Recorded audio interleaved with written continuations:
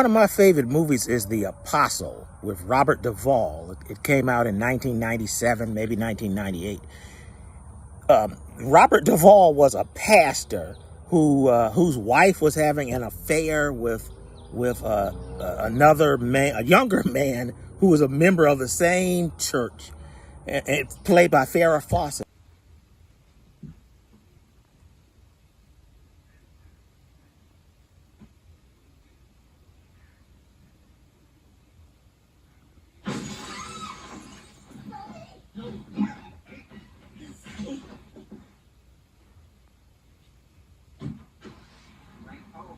And so Robert Duvall ended up hitting the man who was having an affair with his wife with a baseball bat. Everything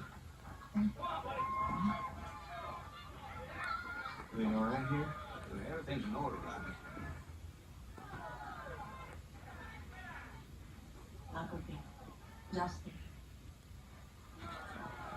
Right on. You feel all right? I feel about as good as I've ever felt in my life thus far, Rodney. Yeah, I do. So you want to stay here?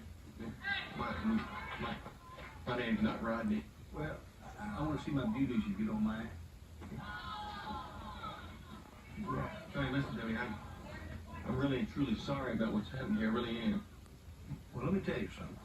Why don't you just butt out of here before I take my boot here and tear you out another asshole right where your nose is. You understand me? There ain't no call for that kind of talk now. We'll see about that. Come on, let's go. Let's everybody go home now. Okay. Y'all go ahead and play. I'm trying to make up the party here. Everybody go home now. Come on, let's go. Don't call me.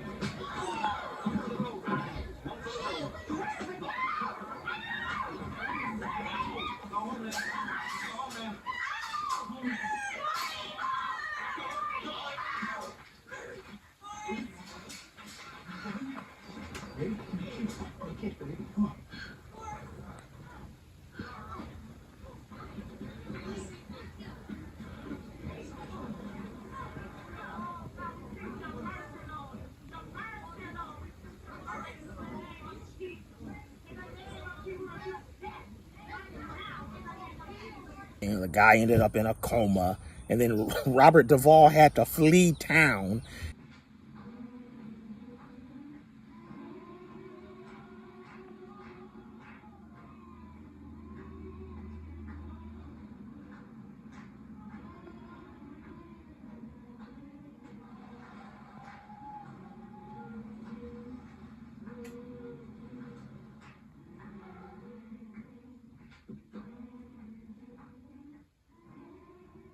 Behold, I send an angel before thee to keep thee in the way, and to bring thee into the place which I have prepared.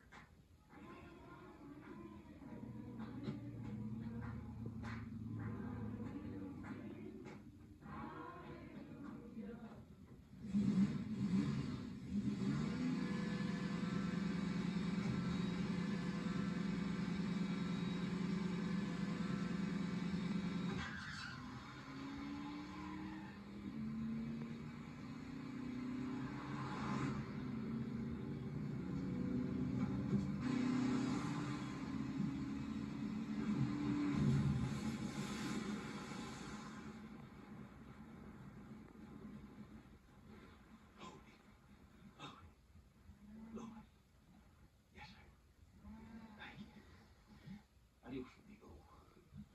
Hello, Jesus.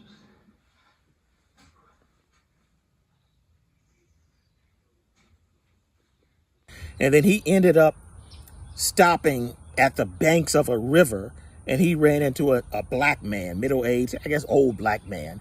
And then Robert Duvall started talking, and then he explained to the black man, not the full details, but he asked the black man, do you have any children? And then the black man said, yes, I have 4 children and 8 grandchildren beside. And then Robert Duvall asked the man, because Robert Duvall in the movie had children, and so he fled town, so he was estranged from his children. And so he asked the black man, has the devil ever taken away or separated you from your children? And then the black man said, no, sir, it has never happened to me, but I sure can relate. I'm on my journey. Satan has driven a big wedge between me and my family. Tell you.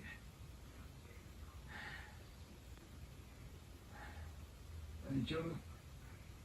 Yes, sir. And I have 8 grandchildren. So I reckon you know what it means to face the possibility of losing everybody and everything.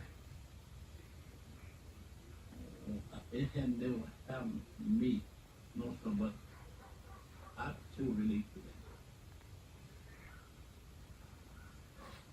So the black man, the old black man, could identify on some level because he was a father and grandfather.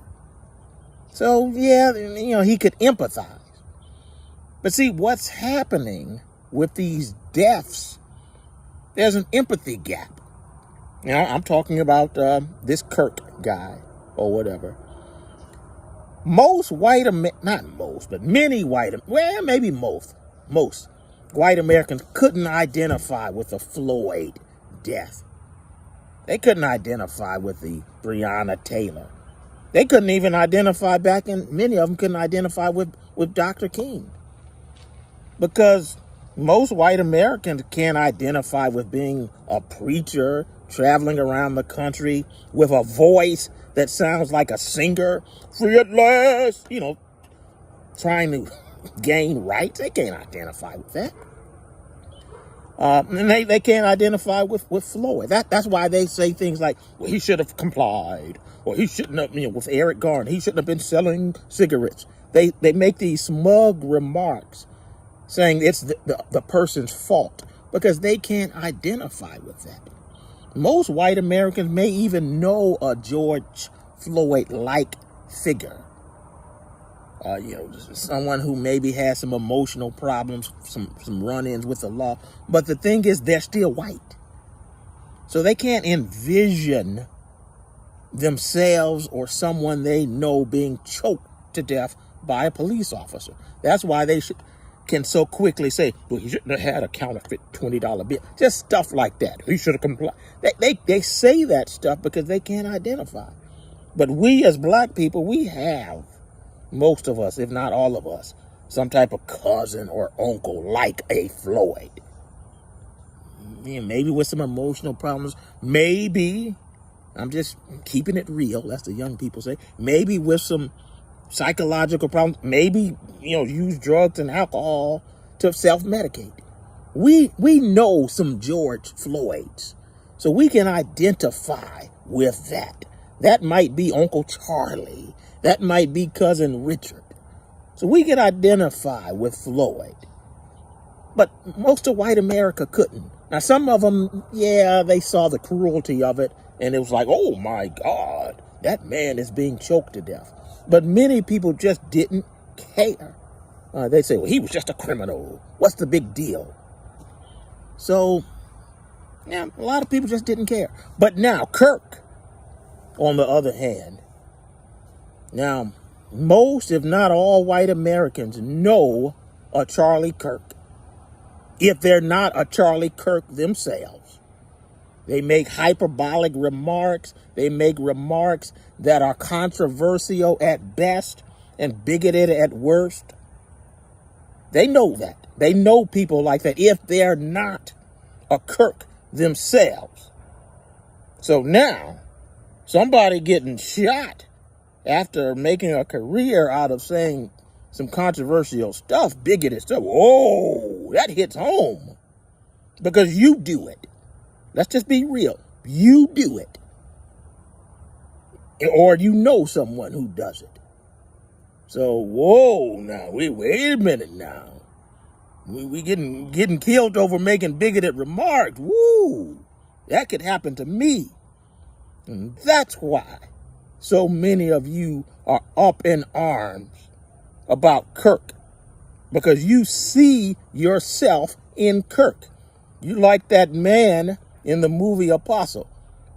It hadn't happened to me, but I sure can relate. Yeah, you can relate to that. You can relate to being offed because you say hurtful things about people. So there's a hypocrisy there. See, Archie Bunker type person getting offed. Woo! You can't have that now. Whoa! We got to stop the violence now. But when, people are getting cast in, alligator Alcatraz, oh, well, they shouldn't be here illegally. All that smart, I'm not even going to cuss. I was about to say smart ASS. But all those smart remarks about that. They shouldn't be here illegally. All that mess. See, you can't identify with that. You can't identify with being a Palestinian in Palestine with some devilish man bombing you. So you say, well, Hamas shouldn't have done this. Hamas shouldn't have done. People like Rubio getting up there. They can say that stuff. See, but a good white boy getting killed for saying smart-ass remark. Woo, that could be you. That could be your brother. That could be your uncle. That could be your sister. So now you're upset. And so many of us are pointing out that hypocrisy. And you're mad at us. And you're accusing us of dancing on the man's grave. No, we're not. We're pointing out your hypocrisy. We're pointing out your empathy gap. Don't empathize with other killings. But this man, all of a sudden, woo, he's a martyr. He's John the Baptist. He's the white version of Dr. Martin Luther King. He's the white version of Medgar Evers.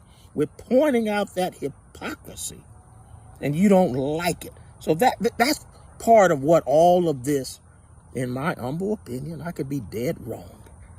But I believe that's what part of this is all about.